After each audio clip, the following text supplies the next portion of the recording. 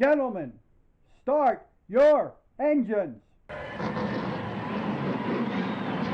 This weekend at Watkins Glen, Rusty Wallace strongly defended Ricky Rudd's NASCAR Hall of Fame resume, going off on a justified rant defending Rudd.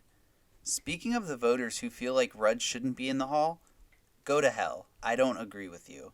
The thing is, Rusty is far from wrong. Ricky Rudd belongs in the Hall of Fame, and it really shouldn't even be a debate. Rudd currently sits 36th all-time in wins, but he sat 24th in 2002 when he picked up his 23rd and final victory of his career. He is 18th in top 5s, and only 8 drivers in NASCAR history have more top 10s than he does. From 1983 to 2002, he had at least one victory in 18 of those 20 seasons. He finished in the top 10 in Cup points 19 different times. Again, 19 times he was one of the 10 best drivers in NASCAR, dealing with the likes of Earnhardt, Waltrip, Gordon, Martin, Jarrett, Labonte, and other Hall of Fame drivers for his entire career. 9 of those years, he was one of the best 6. He also was one of the greatest road course racers of all time.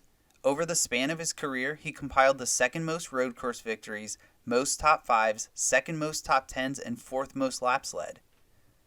Rudd was a successful team owner, building a race-winning team for himself. Over 6 seasons, he won 6 races, including a Brickyard 400.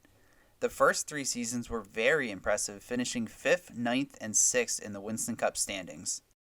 We won't really get into the what-ifs because the Hall is really about what you did do, but it is really interesting to note that the final 3 years Rudd drove for his own team, he finished 17th, 22nd, and 31st in points, and then immediately went to Robert Yates Racing and finished 4th and 5th.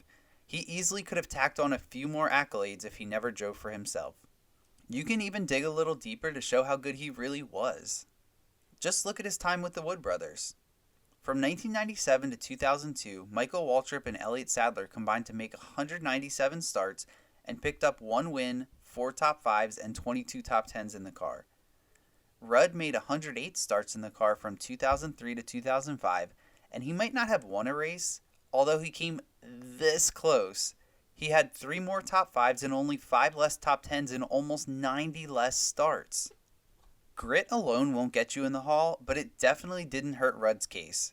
He literally did anything to win, with 2 of the grittiest, if not the grittiest wins in NASCAR history. After his terrifying crash at Daytona in 1984, Rudd raced in the Daytona 500 with a flak jacket and his eyes taped open, and finished 7th. The following race at Richmond, he showed up and won. Rudd also famously beat the heat at Martinsville in 1998. Early on in the race, Rudd's cooling unit in his helmet broke. He had the best car in the field, so unlike some drivers, he refused to get out of his car. His team poured what they thought was cold water down his uniform during a pit stop to cool him off, but accidentally scalded Rudd as the water was boiling hot from the sun.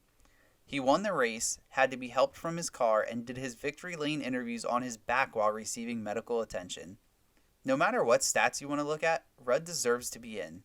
He may not have a championship, but there are a handful of more than deserving drivers already in the Hall without one. Rusty is right. Rudd deserves to be in a few years ago, honestly, and we should all be mad that he isn't.